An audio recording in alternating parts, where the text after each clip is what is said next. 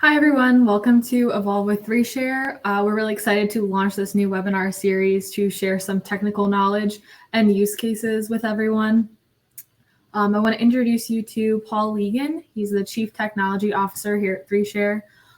He's going to host our talk today about connecting and automating systems for digital marketing and content production. So Paul Legan has been with 3Share since we were founded in 2011. He's held many positions such as developer, senior developer, technical architect, managing partner, and VP of technology before becoming CTO.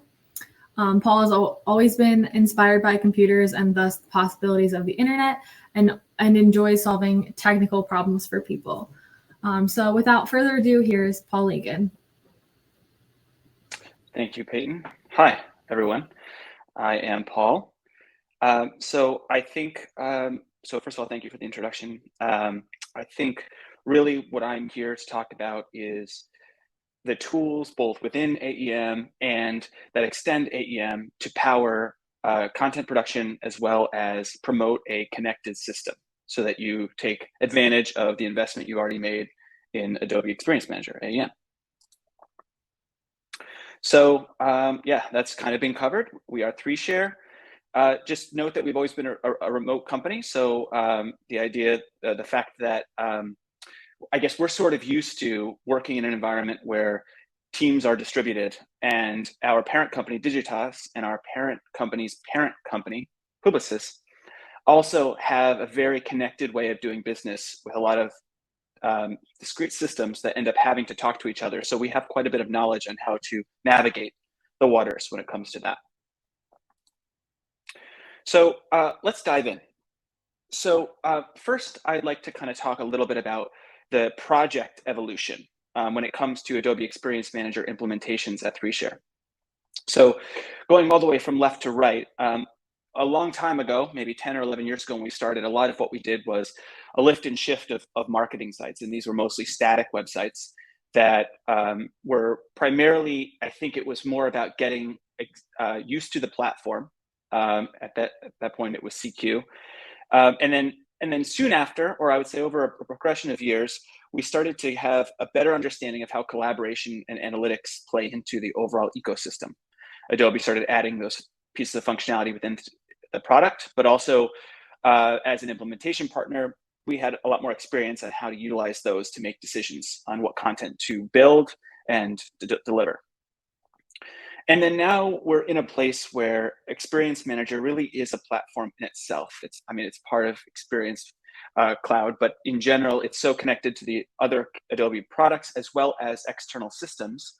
And it's not only a place for marketing content, but it's also really an application development framework or environment.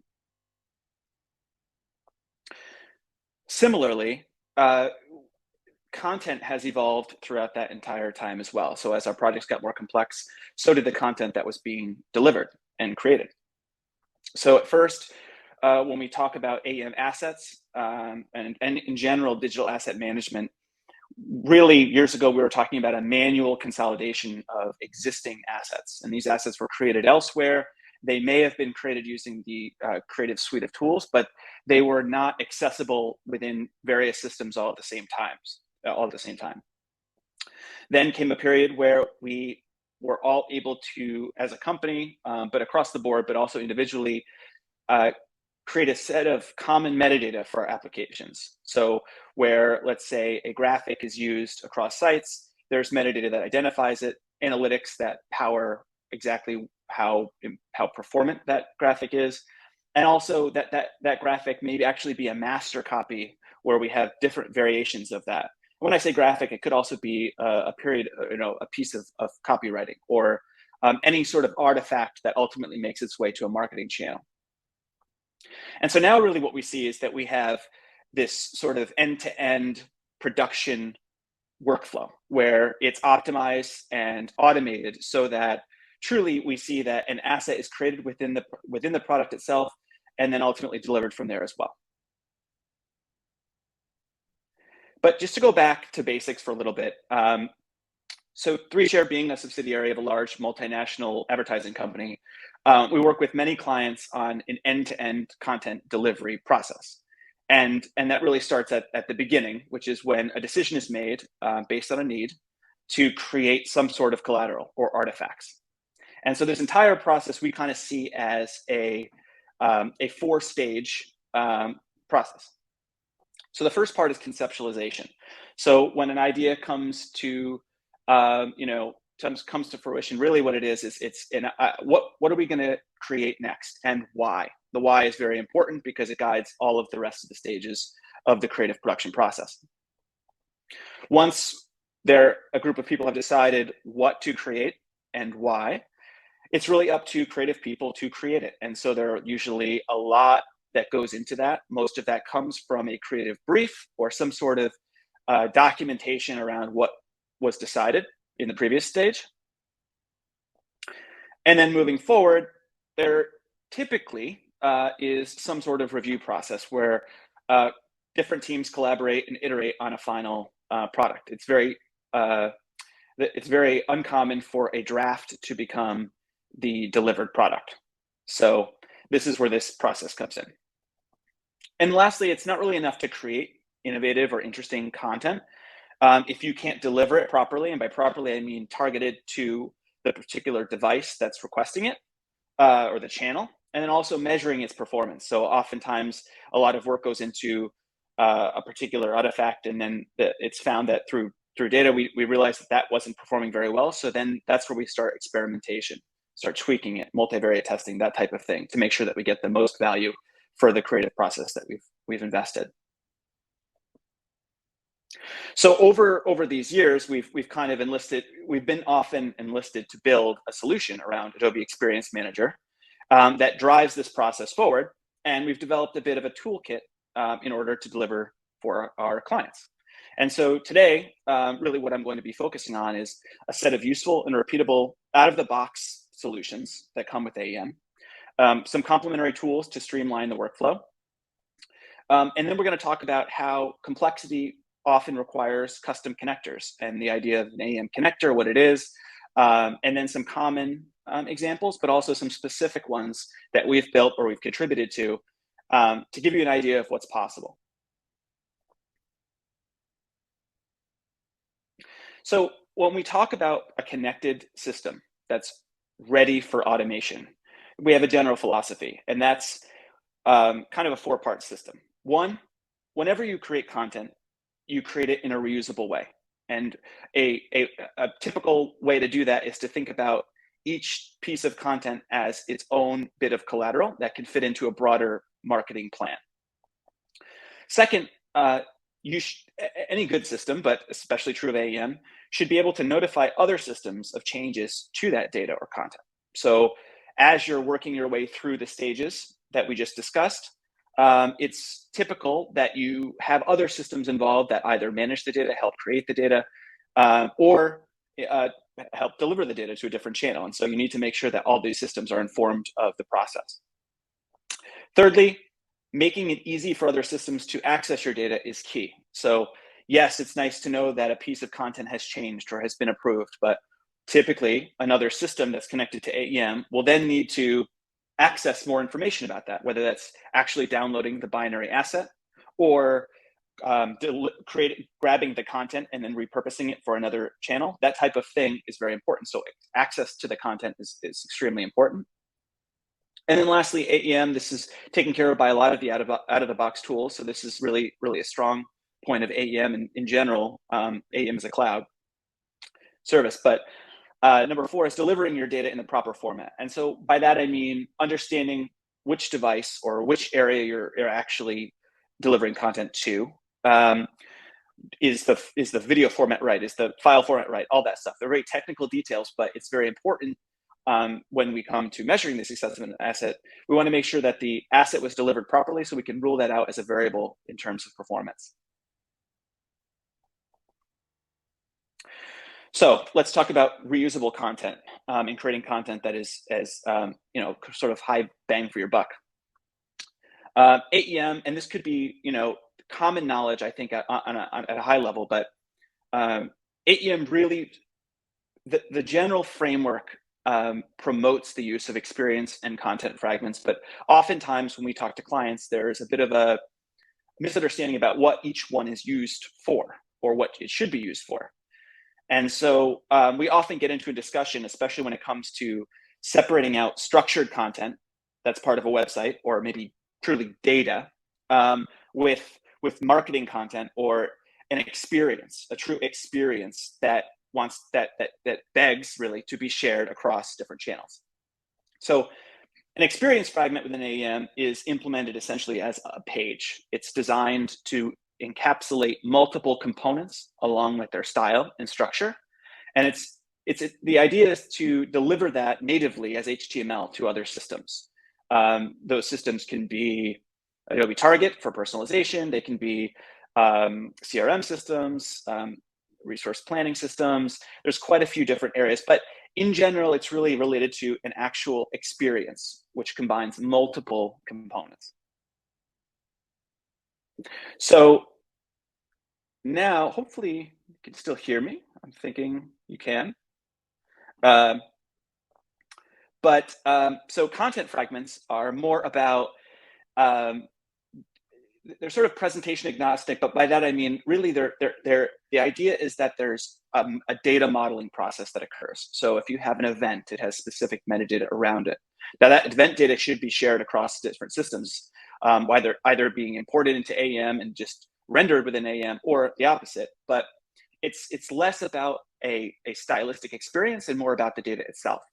And so for that, we take advantage of content fragments, which are typically exposed via JSON or XML or some other interchange format that allows other systems to easily consume it and render it. And this is key. I'm making this key distinction because when we talk about creating content right at the start, it's very important to choose the right output format so that you don't have to repurpose things later on. Beyond simply creating experience and content fragments, not that that's a simple task, but beyond that sort of general methodology, we take full advantage of the use of building blocks. And I think this is an underutilized piece of functionality within AEM. And so the idea of building blocks is that you can create reusable blocks of components that exist and help you create different variations of a particular fragment. So if you have, for example, a flyer, we have a client that does a lot of print advertising or allows their customers to print things, sort of in a self-service manner.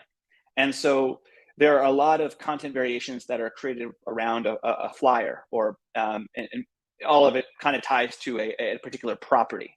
And so creating these building blocks allows content authors within AEM to set up a framework for production that kind of takes out the tedium of creating content variants that are very similar in structure. So we take full advantage of building blocks, and actually we could talk a lot about them in a future webinar because I think they're very, very important. Secondly, now that we have building blocks, the idea of variants in content fragments, but really experience fragments, variations are meant to typically around personalization, but also they are very much tied to promoting targeted content that's easily accessible within the UI for content authors. And we have a lot of scenarios right now. This is probably one of our most emerging types of projects where a lot of AEM content is consumed by other applications that are primarily, UI frameworks or headless systems that are consuming some content from AEM, but also some content from other systems. And those other systems are usually providing data. So content from AEM and more structured data from other systems. So once we've created content, theoretically that's reusable, or that has been used, that uses the framework that Adobe suggests for reusable content, we want to make sure that we can notify other systems when that content is going through the stages of production.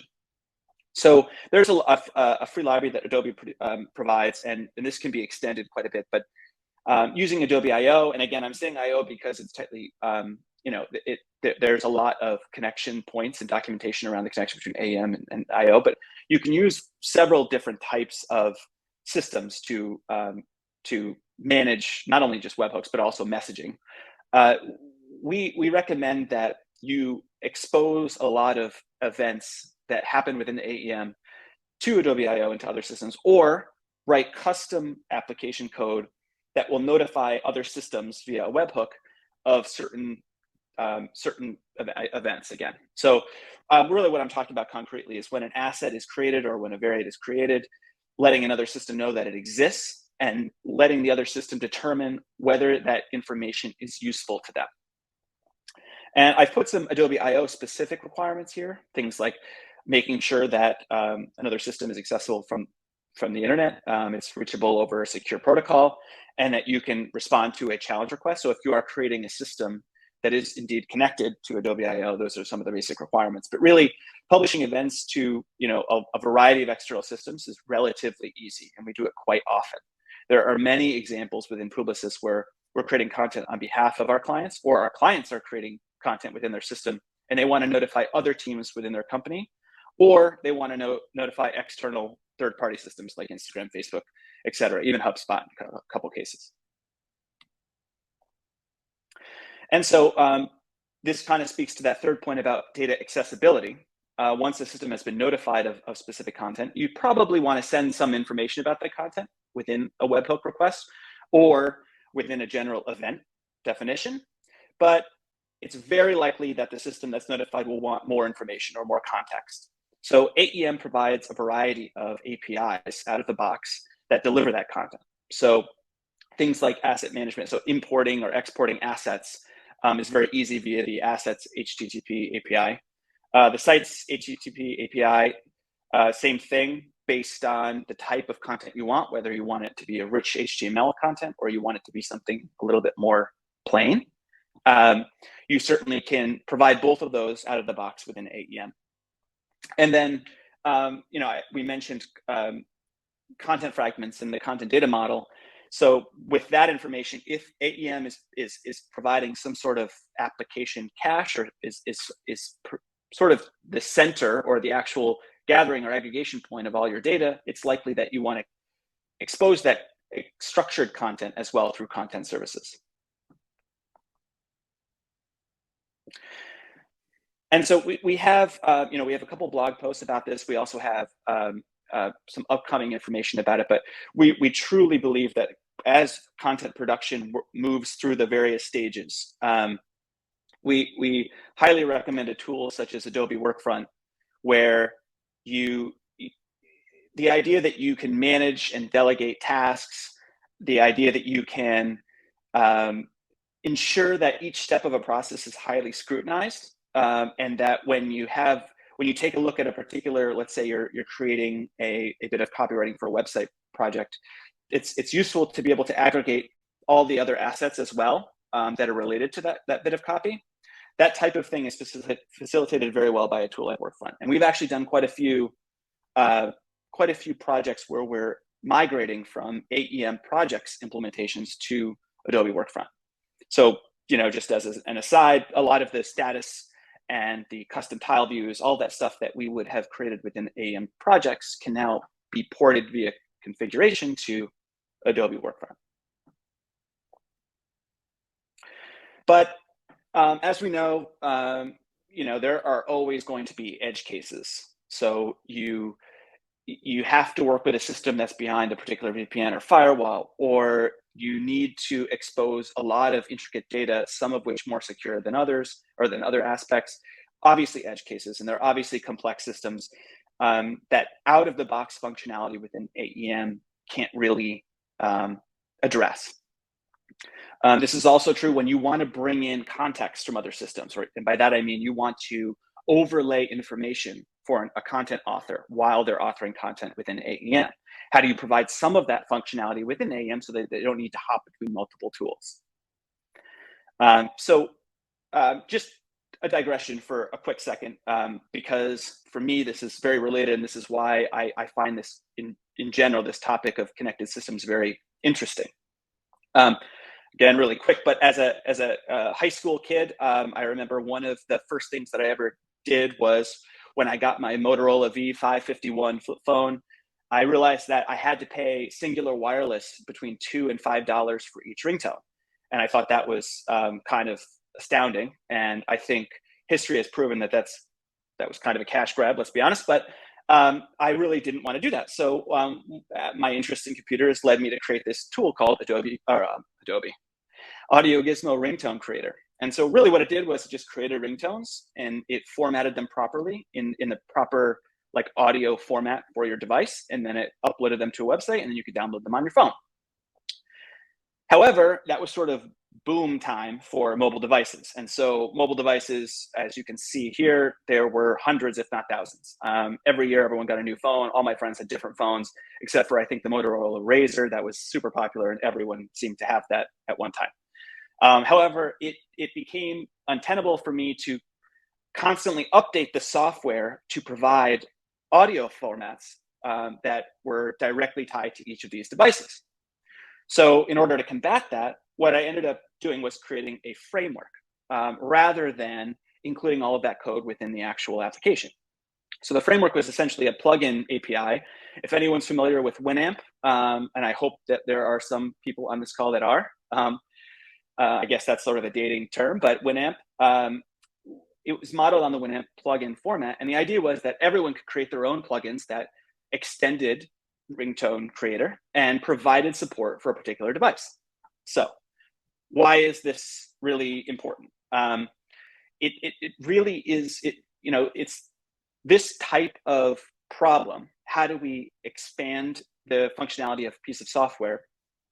Hasn't really gone away. This problem, it's just constantly addressed in different ways. And Experience Manager has introduced a sort of formal marketplace or Adobe has on behalf of Experience Manager for these type of connectors. And connectors are really plugins for AEM.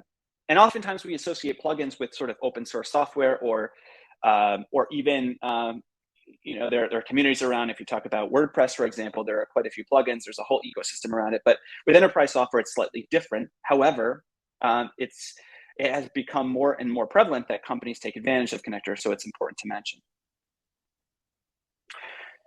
There are really three types of connectors in my head. So there are connectors that are in charge of importing data or exporting data from AEM. So if you need to synchronize data from an external system and you want to make it available to a wider audience, or you want to take advantage of the rendering capabilities of AEM, then having a connector that facilitates that is very important. And oftentimes these are written as proprietary code, but the mechanics behind a connector are very similar, and it's often we often try to create connectors on behalf of our clients that are reusable for a variety of systems that do a similar thing, in this case, data import. Secondly, connectors will provide context, so and insight, ideally. And really what that means is if you're creating a page, for example, maybe you want to expose that page to another system that handles technical SEO. Maybe you want to expose the content, the words of the page for further analysis. And maybe you want to incorporate a best of breed system, whether it be an editor, whether it be some sort of textual analysis tool or sentiment analysis. All of those tools, you want to include that functionality within AEM so that you don't have to copy and paste content into another tool, have it analyzed, and then send it back. That type of integration is very often associated with a connector. And then lastly, connectors can provide reusable components or embeddable experiences. So translation services really is data import, but it's also around the experience of translating content. And there are also packages that exist like ACS Commons, things like that, that provide, while not maybe a connector necessarily, they provide additional functionality that can be reused by content authors. So some real world examples, I think, to spur some inspiration, let's say. At 3Share again, so sort of 3Share, Digitas, Publicis, in terms of the hierarchy of our companies, because Publicis deals quite a bit with external agencies or of external companies, so photographers, other vendors that help in the creative process, but also handle a lot of stuff in-house, there was a need to facilitate content distribution among systems. So, for example, there might be a client that utilizes a different competitor DAM, or there might be a client that prefers an in-house DAM for all of their assets as when they finally utilize them. And Publicis is either responsible for creating those assets directly, or they're responsible for aggregating them from other vendors, such as photographers, and running them through a creative workflow process. So because of tools like Workfront and AEM, it's often highly advantageous to utilize AEM for that entire production process, perhaps even to transform assets in a variety of ways into different formats or to take advantage of templating. And then when that asset is completely produced, send it back to the origin system or the final system of record.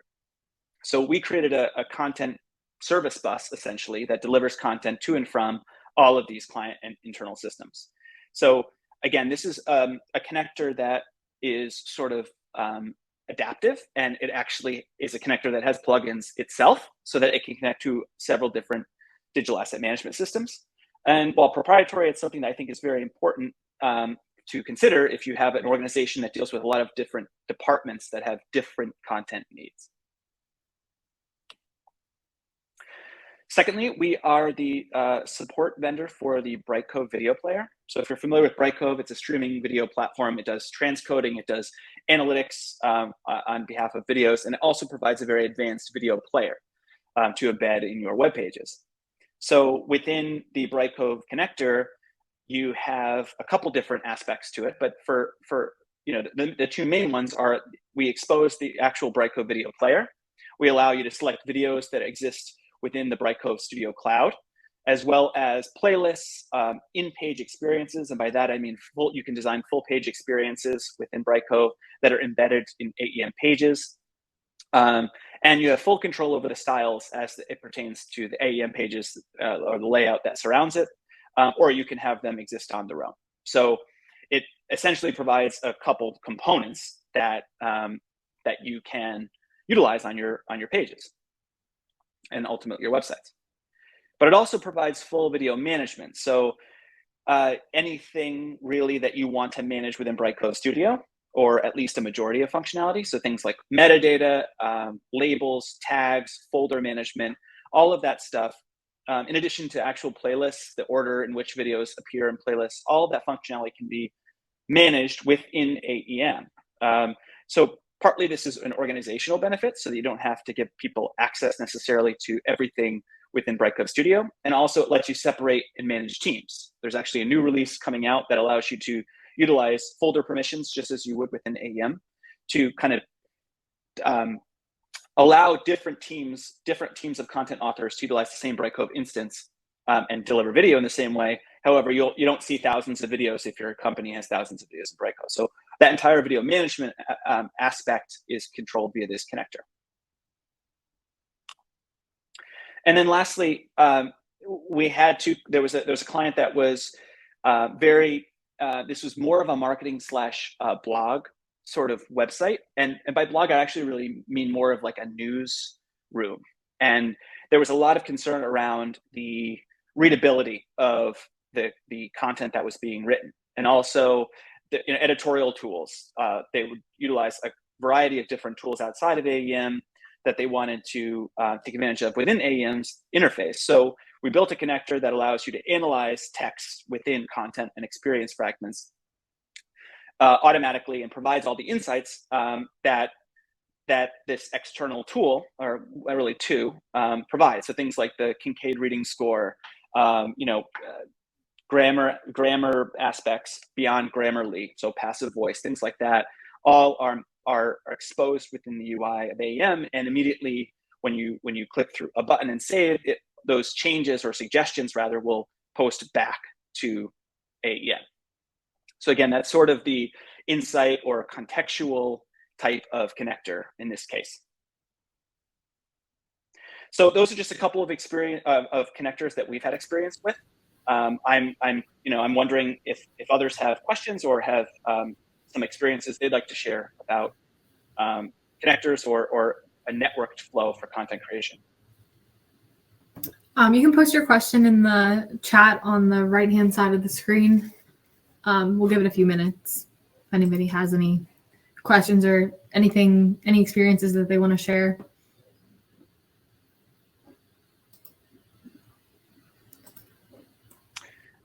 And while we're waiting, one thing I wanted to mention is that everything that I'm saying here applies, both to on-prem instances of AEM as well as AEM as a cloud service. And so there's no true limitation to what you can do. And in my opinion, just reaching the topic of connectors, I think often it's sort of like building blocks and variants. That there's sort of an underutilized piece of functionality we found among our clients. So I think it's good to draw attention to them and see what you can come up with.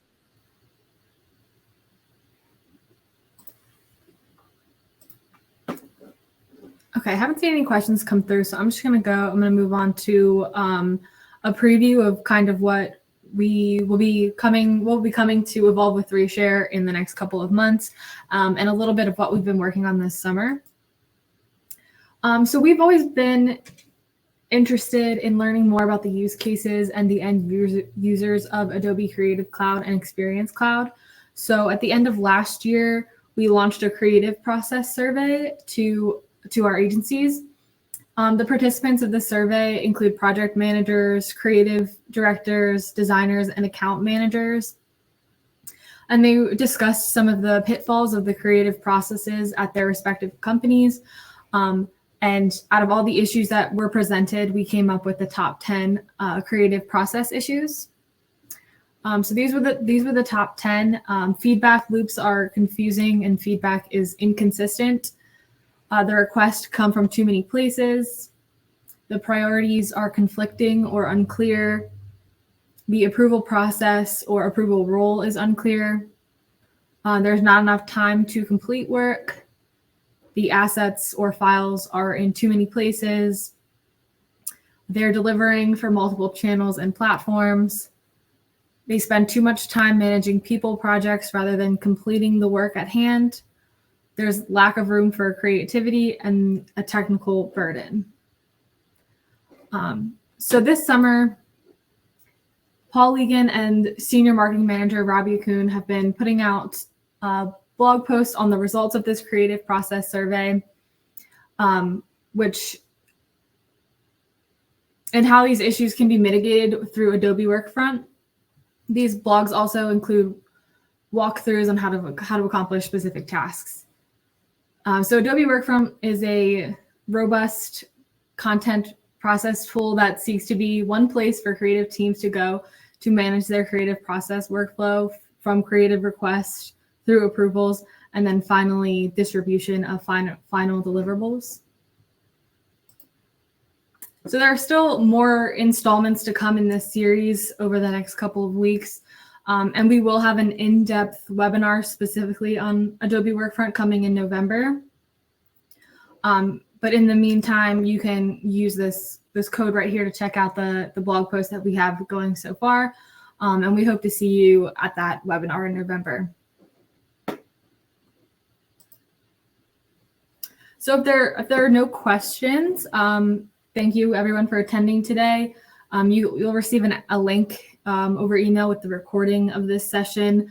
You can feel free to distribute that to anyone who wasn't able to attend. And we'll hopefully see you guys at the next one.